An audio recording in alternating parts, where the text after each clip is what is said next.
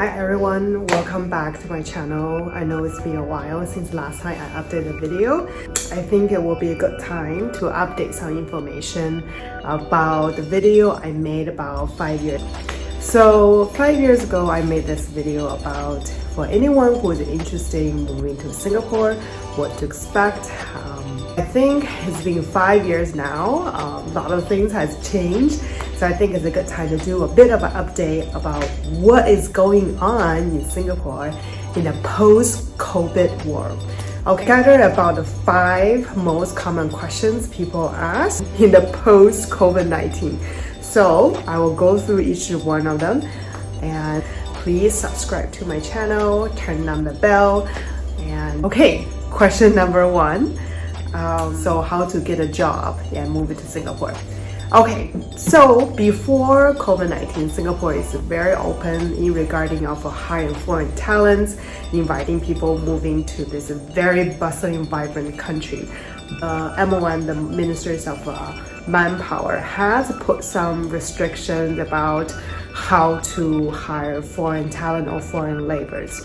If you're working in tourism, service lines such as concierge or that, it will be quite difficult because with those type of job, Singapore government is trying to promote the employer to hire local Singaporean to fulfill those jobs. If you are in the high skill, like very professional fields such as healthcare, tech, and finance, things can be a little bit easier for you. The MON is still issuing employment pass or S-pass for the foreigners, but the number of their issuing has been less. I personally run a small business here in Singapore, and because we're in the business of healthcare, all my doctors must come from outside of Singapore. So even within healthcare, they are also restricting as well. So I have to say at this point, it is a bit difficult to secure the job and moving to Singapore, but it's definitely not impossible. I think a lot of people who are in different sectors are definitely growing, such as AI, tech, finance, healthcare. All these industries are definitely growing. The demand is definitely there. So I think, just keep on looking, and if you have a little bit of time, now it's time to maybe earn a little bit more skill, have more certificate, have more training. If you're in a professional healthcare, perhaps it's time to get more continued education and get you prepared to secure a job in Singapore, because what they're looking for is who have a more experience and who have much higher education. So I hope that helped. All right, question number 2. What is the current COVID restriction here in Singapore? Okay, you are a Singaporean or PR, permanent resident here, you can travel outside the country and come back.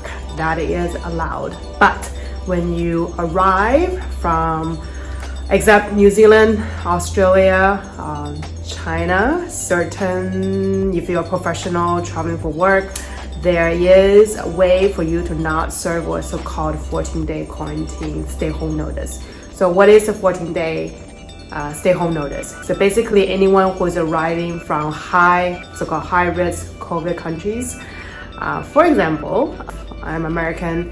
If I'm traveling I'm flying from US to Singapore, even I got a job here, I have to stay at a government designated stay-home notice quarantine center. Usually it will be some kind of hotel, about 3 to 4 star hotel. So you'll be stay there for about 14 days. You are subjected to COVID test, swab test, at least twice through that 14-day.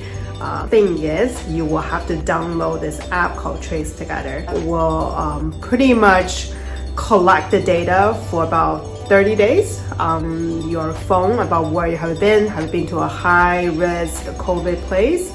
And it's also a way for the business to track how many people have come to the premises. Pretty much everywhere you are going, you have to scan the QR code for the Trace Together app. And you'll be is everybody has to wear a mask. For age of 6 years old or younger, then you don't have to wear a mask. But anyone who is 6 years or older, you must wear a mask in any public space, even at the workplace. Okay, temperature will be taken at all public places. When it comes to gathering, no nightclub is open at this point, although there are some nightclubs are in the so-called pilot program, have a limited people can entering at one time, but at this point, no nightclub is open, no karaoke bar is open. Also, any sort of mass gathering is not allowed at this point.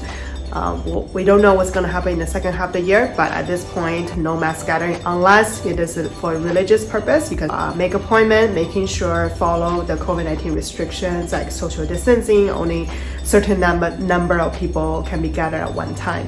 The wedding is allowed with restrictions. Maximum amount of people you can invite is about 100, but you have to separate in two sections. So 50 guests in one section of the 50 on the other half, and there's no intermingling between the two groups. How about going outside, having dinner or drink with your friends?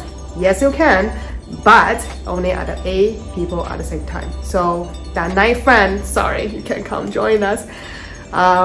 Alcohol is served at the bar, but so after 10:30, no place, no restaurant, no bars will be selling you alcohol. But you can still dine till some restaurant will open till even 2 o'clock in the morning. You can, for dining purposes, you can say, but for alcohol, no. So what do people do for fun here? If no nightclub is open, no karaoke bar is open, and alcohol starts at 10:30. Well, actually, there's a lot of things you can do. You can explore the local attractions, explore the zoo if you have small children. Also, you have to book online, purchase a ticket online, and obey these COVID-19 restrictions. Can you go to the supermarket? Yes, you can. You have to scan your Trace Together codes, wear the mask, and get your groceries. Can you see a doctor? Yes, you can. There will be a questionnaires before you actually see your doctor. Talk about, have you had any contact with people who are positive COVID-19? Have you traveled anywhere? Did you just came out of quarantine? And did you had COVID-19 before? So all these are the questions you must answer before you see your doctors.